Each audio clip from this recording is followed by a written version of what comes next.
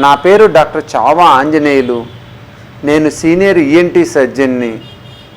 I'm working with Asian ENT care centre, Panjagutta, Hyderabad. ఇవాళ చూసినట్లయితే గురక అనేది చాలా సాధారణమైందండి. స్నోరింగ్ ప్రాబ్లం అనేది చాలా సాధారణమైపోయింది.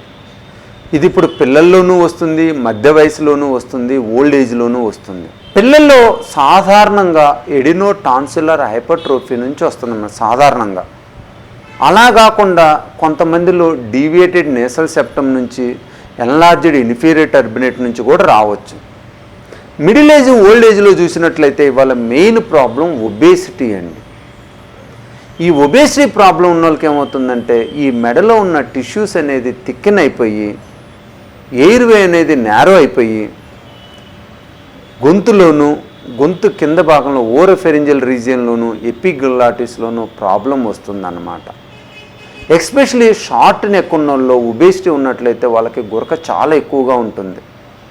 అలానే వీటితో పాటు ఏదన్నా హైపోథైరాయిడిజం ప్రాబ్లం ఉన్నా కూడా, మజిల్స్ స్ట్రెంగ్త్ లేకపోయినా కూడా గొంతులో ఈ గురక ప్రాబ్లం వచ్చే అవకాశం ఉంటుందండి. ఈ స్నోరింగ్ని సాధారణంగా అబ్స్ట్రక్టివ్ స్లీప్ యాప్నియా సిండ్రోమ్స్ అంటాం.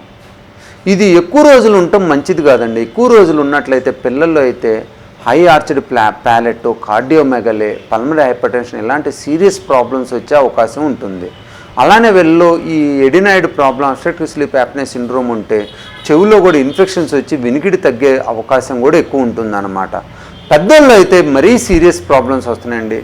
ఈ గురక, అబ్స్ట్రక్టివ్ స్లీప్ యాప్నియా సిండ్రోమ్ వలన స్ట్రోక్ అటాక్స్ వచ్చే అవకాశం ఎక్కువ ఉంటుంది, డయాబెటీస్ వచ్చే ప్రాబ్లం ఎక్కువ ఉంది, కిడ్నీ ప్రాబ్లమ్స్ వచ్చే అవకాశం ఎక్కువ ఉంది, హైపర్ టెన్షన్ ప్రాబ్లం ఎక్కువ ఉంది, కార్డియోమయోపతి, హార్ట్ అటాక్స్ వచ్చే ప్రాబ్లం ఉంటుంది. More serious problem pulmonary hyper tension అంటాం.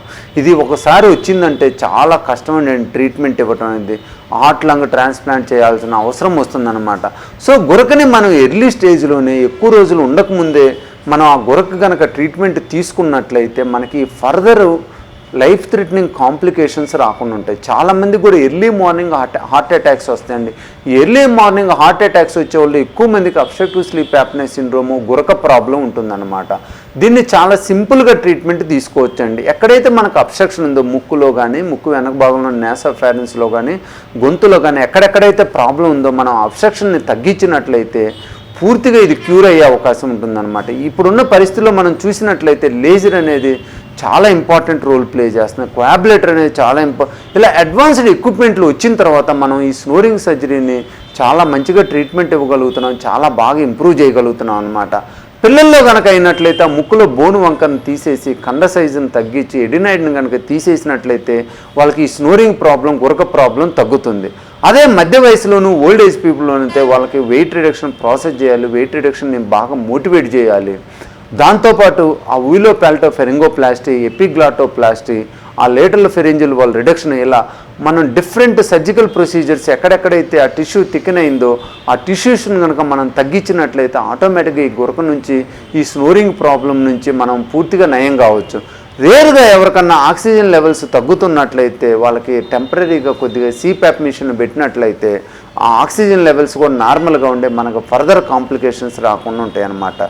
సో ఈ అబ్స్ట్రక్టివ్ స్లీప్ యాప్నియా సిండ్రోము గురకున్నోళ్ళు ఎక్కువ మందిలో మనం చిన్న సర్జరీ చేసి ఊలో ప్యాలటో ఫెరింగోప్లాస్టీ విధానం ద్వారా, ఎపిగ్లాటోప్లాస్టీ ద్వారా మనం ట్రీట్మెంట్ చేసి వాళ్ళ గురకని పూర్తిగా నయం చేయవచ్చు ఉంటుంది. మన చెవులు ఎపిథీలియల్ సెల్స్ మైగ్రేషన్ వల్ల, ఆ మైగ్రేటింగ్ యాక్టివిటీ వలన ఈ చెవిలో కాటన్ బడ్స్ పెట్టడం వలన ఆ బయటకు వచ్చే గుబిల్ని మనం కాటన్ బడ్ తోటి మళ్ళీ లోపలికి తోస్తూ ఉంటామండి.